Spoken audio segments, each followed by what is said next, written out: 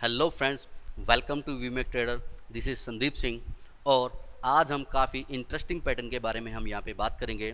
Market जो आप देख रहे हैं कि कंटिन्यू जो है काफ़ी डाउन जा रहा है और इस टाइम पे चार्ट पैटर्न और प्राइस एक्शन, ये दो चीज़ें ऐसी हैं दोस्तों जो हमें डेली जो है प्रॉफिट अपने को बिल्कुल इजीली जो है वो यहाँ पे दे सकती है। इंट्राडे ट्रेड अगर आप यहाँ पे अगर करना अगर चाहते हैं तो मैं आपको यही कहूँगा दोस्तों कि इंट्राडे ट्रेड आप 101% कीजिए दोस्तों। अपने स्टॉप लॉस जो है वो 101% आप यहाँ पे यूज़ कीजिए। समझते हैं कि बियरिश रेक्टेंगल चार्ट जो है वो किस तरह से बनता है और किस तरह से आप इसके अंदर जो प्रॉफिट जो है आप यहाँ पे कर सकते हैं। साइडवे ट्रेंड के अंदर भी काफ़ी लोग ऐसे हैं जो अपना प्रॉफिट अपना यहाँ पे बुक कर लेते हैं, ठीक है।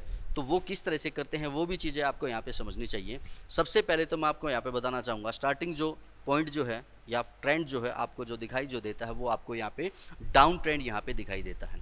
ओके, चार्ट को समझना 101% आपको इम्पोर्टेंट इसलिए है क्योंकि अगर आप चार्ट को अगर आप समझ अगर पाते हैं, रेसिस्टेंस लाइन और स्पोर्ट लाइन अगर आप यहाँ पे ड्रॉ अगर करते हैं तो आपको समझ में आता है कि आपका पैटर्न जो है वो कौन सा है।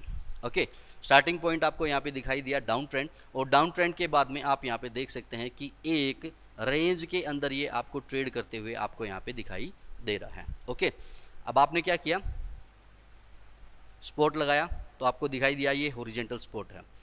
रेसिस्टेंस आपने लगाया तो आपको समझ में आया कि ये हॉरिजेंटल रेसिस्टेंस है। ओके, अभी आप समझिएगा, ध्यान से समझिएगा एक बार। मान लीजिए यहाँ तक का चार्ट अभी तक बना है, ये चार्ट अभी तक ये बना है। ओके, तो अभी क्या है कि इस तरह से आपको समझ में आया कि भैया ये तो सपोर्ट हो गया और ये इसका रेसिस्टेंस हो गया, ठीक है।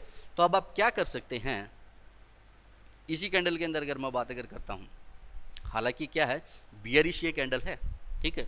एक एक कैंडल के अंदर भी पैसा जो निकालते हैं वो किस तरह से निकालते हैं। मान लीजिए अगर इसी कैंडल के अंदर हमने बाय कर लिया, ठीक है, इसके लो पे हमने मान लीजिए अगर बाय अगर कर लिया और फिर उसके बाद में ये इस तरह से जब रेसिस्टेंस को टच करता है यहीं पे अगर सेल अगर कर दिया तो यहाँ पे भी हमने क्या कर लिया है, यहाँ पे हमारा प्रॉफिट जो है यहाँ पे बुक कर लिया है। जो एक्सपर्ट जो हैं वो ही ये काम कीजिए, ये चीज़ मैं कहना चाहूँगा कि एक कैंडल के अंदर अगर आप ट्रेड अगर करते हैं तो जो लोग एक्सपर्ट है ना वो ही इस चीज़ के ऊपर काम कीजिए। ओके, अब इसके बाद में आप यहाँ पे देखिए ब्रेकआउट हुआ, यहाँ पे आप देख सकते हैं इस कैंडल के अंदर क्या हुआ है, ब्रेकआउट हुआ है। ओके, कैंडल के बारे में भी आपको यहाँ पे मैं बताना चाहूँगा मैं, जैसे कि यहाँ पे समझिएगा कि इस कैंडल के अंदर भी आपको ब्रेकआउट दिख रहा है। ओके, लेकिन ब्रेकआउट के लिए हमेशा क्या है कि आपको लास्ट का कैंडल उठाना चाहिए, जैसे कि ये कैंडल आपको दिखाई दे रहा है यहाँ से, ठीक है। लास्ट का कैंडल आपने उठाया और उसके बाद में उसके नेक्स्ट कैंडल के अंदर आपको ट्रेड करना चाहिए। नेक्स्ट कैंडल के अंदर आपने क्या किया जी, ट्रेड आपने कर लिया, ठीक है। नेक्स्ट कैंडल के अंदर आपने क्या कर लिया, ट्रेड कर लिया। अभी इसमें भी मैं बताना चाहूँगा मैं, अगर हम यहाँ पे ध्यान से अगर देखते हैं, ठीक है, ध्यान से अगर देखते हैं तो ब्रेकआउट का कैंडल हम यहाँ पे क्या समझेंगे, ये समझेंगे ब्रेकआउट का candle. Wait a minute please, ये वाला इसको हम समझेंगे ब्रेकआउट कैंडल, ठीक है। क्योंकि अगर इसी तरह से अगर ड्रॉ अगर करते हैं तो हम देख सकते हैं कि लास्ट का जो कैंडल जो है वो यही है, ठीक है। अब इसमें हमने क्या किया, इसके नेक्स्ट कैंडल के अंदर हमने क्या किया, सेल हमने किया। नेक्स्ट कैंडल के अंदर हमने क्या किया, सेल हमने किया।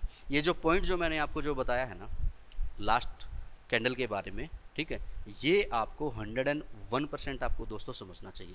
ऐसा क्यों, ऐसा इसलिए क्योंकि काफ़ी बार आपने देखा होगा होता क्या है, मान लीजिए सब कुछ चीज़ें हमने अकॉर्डिंग टू रूल रेगुलेशन हमने फॉलो की, ठीक है। ब्रेकआउट हुआ, उसके बाद में नेक्स्ट कैंडल के अंदर हमने क्या कर लिया जी, हमने बाय कर लिया या सेल कर लिया। अभी इसके अंदर मान लीजिए ब्रेकआउट हुआ, इसके अंदर हमने सेल कर दिया तो उसके बाद में यहाँ पे क्या हुआ, स्टॉप लॉस हिट हो गया। क्योंकि हम क्या करेंगे, ब्रेकआउट के हाई का ही हम क्या करेंगे, यहाँ पे स्टॉप लॉस हम लगाएंगे। ओके, लेकिन उसके बाद में आप देख सकते हैं कि यहाँ पे दोबारा क्या होता, स्टॉप लॉस जो है यहाँ पे हिट हो जाता। तो इसके लिए हमें क्या करना चाहिए, स्टॉप लॉस लगाया, अच्छी बात है कि हमें वहाँ पे लॉस नहीं हुआ है। अब उसके बाद में क्या करना चाहिए, इस कैंडल के अंदर ब्रेकआउट हुआ, हमें ये समझा है और नेक्स्ट कैंडल के अंदर हमने क्या किया है जी, सेल किया है और लास्ट के ब्रेकआउट वाली कैंडल के हाई का हमें यहाँ पे स्टॉप लॉस दोबारा लगाना चाहिए। हाई का हमें यहाँ पे स्टॉप लॉस जो है वो दोबारा लगाना चाहिए और प्रॉफिट जो है वो किस तरह से बुक करना चाहिए। प्रॉफिट के लिए बताना चाहूँगा मैं, पॉइंट ए से लेके पॉइंट बी, मान लीजिए 10 पॉइंट का ये यहाँ पे डिफरेंस आपको यहाँ पे दिखाई देता है, तो ज़्यादा नहीं, सिर्फ और सिर्फ अगर आप ट्रेड अगर लगा के अगर छोड़ना अगर चाहते हैं तो भैया 10 पॉइंट का इस तरह से आपको क्या करना है, अपना टारगेट बना लेना है। ओके, 10 पॉइंट का क्या है कि अपना प्रॉफिट लगा के छोड़ दीजिए, ठीक है, आपका कॉल जो है वहाँ पे हिट हो जाएगा। सो ये है गाइस आपका bearish rectangle chart, and I hope कि ये आपको अच्छे से समझ में आ गया होगा। मैं बार बार आपको बोलता हूँ कि चार्ट पे प्रैक्टिस 101% कीजिए दोस्तों।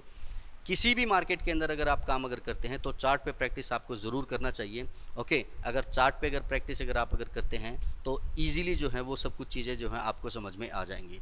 डेली ट्रेड कीजिए, अगर आप डेली अगर इंट्राडे अगर आप ट्रेड अगर करना चाहते हैं तो फॉरेक्स मार्केट जो है आपके लिए काफ़ी अच्छी मार्केट है। फॉरेक्स मार्केट के अंदर आप ट्रेड कीजिए, इंट्राडे ट्रेड कीजिए, और किसी भी एक पेयर को आप ले लीजिए। मान लीजिए आपने यूरो यूएसडी को अगर लिया है तो यूरो यूएसडी के अंदर कम से कम 10 ट्रेड कीजिए।